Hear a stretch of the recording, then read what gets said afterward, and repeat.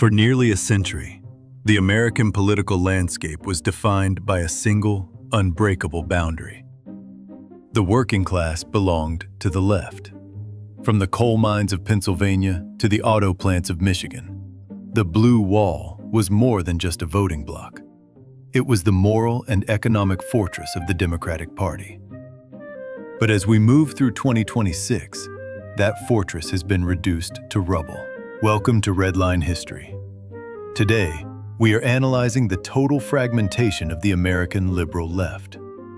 We are looking past the daily outrage cycle to understand the deeper structural realignment that has left the modern Democratic Party adrift. We are witnessing the end of the New Deal era and the birth of a new, unpredictable American map. The data from the 2024 election and the 2025 special sessions have confirmed what many elites in Washington tried to ignore. The Blue Wall didn't just crack, it evaporated.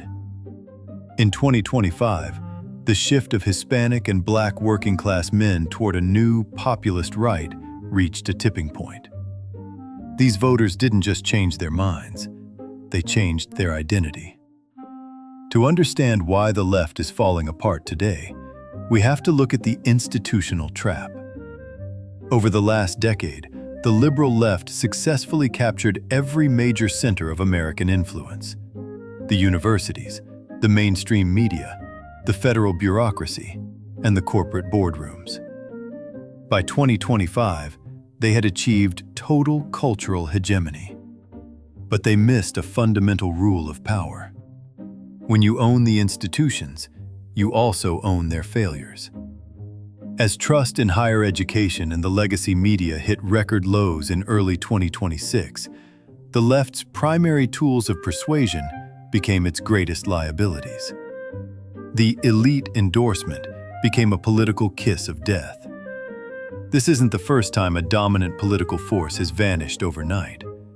To find the blueprint for this collapse, we have to travel back to the 1920s and the death of the British Liberal Party. For decades, the Whigs were the undisputed masters of British politics. They were the party of progress, the party of the Industrial Revolution, and the party of the middle class. But they made a fatal calculation. They became so focused on institutional power and abstract intellectualism that they stopped speaking the language of the factory floor. Within a single generation, a movement that had ruled an empire was relegated to a historical footnote, replaced by a labor movement that spoke directly to the workers.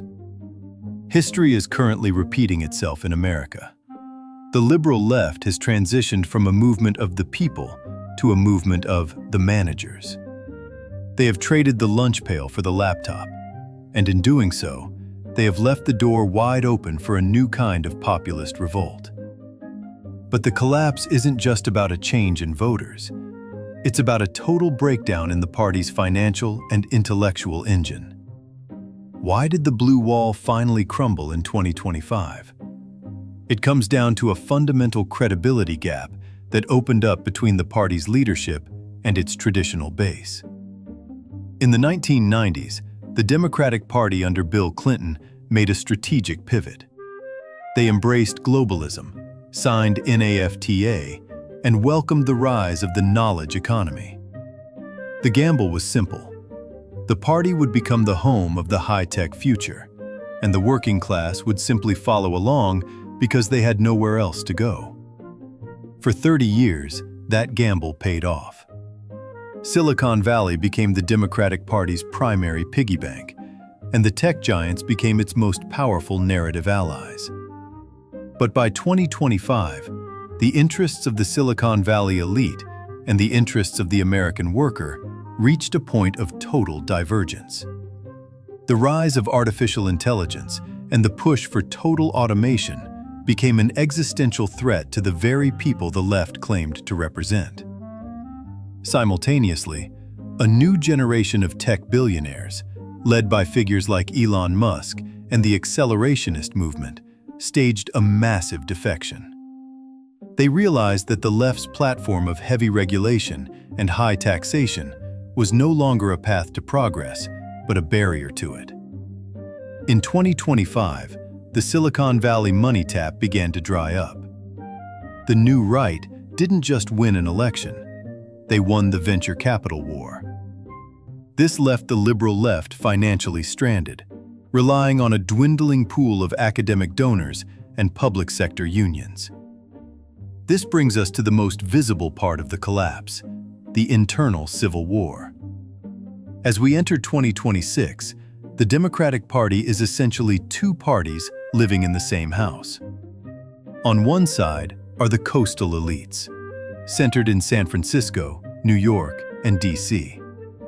This faction is focused on cultural progressivism, international climate agreements, and institutional stability. On the other side are the Rust Belt moderates, the remnants of the old coalition, who realize that the party's current direction is radioactive to the average American family. The tension between these two groups has paralyzed the movement.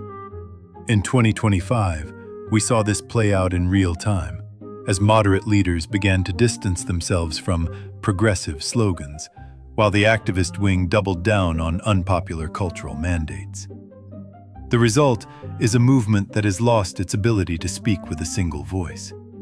And in a world of high-stakes geopolitical competition, a divided house cannot stand.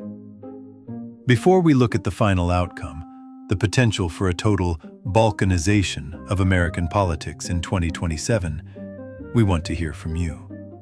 Has the liberal left permanently lost the working class, or can a new leader bridge the gap between the ivory tower and the factory floor? Drop a comment below. We read every perspective. If you want to understand the historic shifts changing our world, hit the like button and subscribe to Redline History. We track the movements that the mainstream media ignores. We are now entering a period that historians will call the Great Realignment. As of early 2026, the Republican Party has successfully rebranded itself as a multi-ethnic, working-class coalition. By capturing record-breaking percentages of Hispanic and Black male voters, they have erased the demographic destiny that the left relied on for decades. The old map is dead. The blue wall states of Wisconsin, Michigan, and Pennsylvania are no longer swing states. They are trending toward a permanent populist orbit. So, what remains of the liberal left? The strategy for 2026 appears to be retreat and fortify. The movement is withdrawing into its most reliable strongholds, the university towns and the major urban centers. They are attempting to build institutional citadels, using local laws and state-level regulations to insulate themselves from the national populist tide. But this citadel strategy is creating a dangerous geographical divide. We are witnessing the birth of two distinct Americas that no longer share a common language, a common history, or a common vision for the future. The liberal left's collapse has created a massive power vacuum in the center of American life. And in politics, vacuums are always filled. In late 2025, we saw the rise of a third way movement, a coalition of disillusioned moderates and tech libertarians who are looking to build something entirely new. This group views the left as culturally out of touch and the right as too volatile. If this faction gains traction in 2026, the Democratic Party risks being relegated to a minor party, much like the British Whigs a century ago. History shows us that political parties do not have a right to exist. They are only as relevant as the problems they solve. In the 1930s, the left solved the problem of the Great Depression. In the 1960s, they solved the problem of civil rights. But in 2026, they are struggling to define what problem they are solving for the average citizen. When you lose the ability to explain how you will make a person's life better, you lose the right to lead. The 2025 to 2026 realignment is the final result of a decades-long departure from reality. The liberal left built a world of abstract theories and institutional dominance, while the rest of the country was dealing with the reality of inflation, job insecurity, and a changing world. The boundaries of American power are being redrawn. The citadels are being built, and the blue wall is a memory of a different century. Thanks for watching Redline History.